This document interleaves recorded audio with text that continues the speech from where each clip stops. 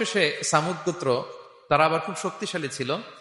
তারা পাহাড় কেটে আর্কিটেকচার করে ডিজাইন করে কিভাবে আবাসন তৈরি করতে হয়, পাহাড়ি এলাকায় মাউন্টেইন এলাকায় কিভাবে আবাসন তৈরি করতে হয় এটার ব্যাপারে এক্সপার্ট ছিল। কিন্তু তারা সালেহ আলাইহিস সালামকে বলল, সলে তুমি পাগল, তুমি জাদুকর, তুমি যে আল্লাহর কথা বলছো আমরা মানবো এক শর্তে, যদি এই পাহাড়ের ভেতর থেকে 10 মাস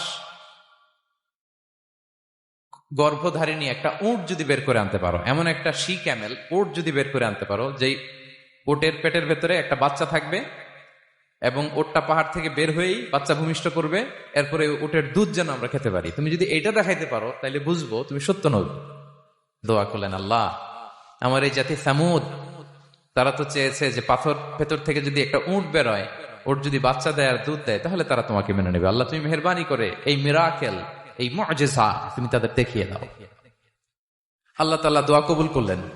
হাজার হাজার মানুষের সামনে চাক্ষুষ দিবালোকের মুহূর্তে পাথর ভেঙে একটা উট বেরিয়ে এলো বিশাল আকৃতির,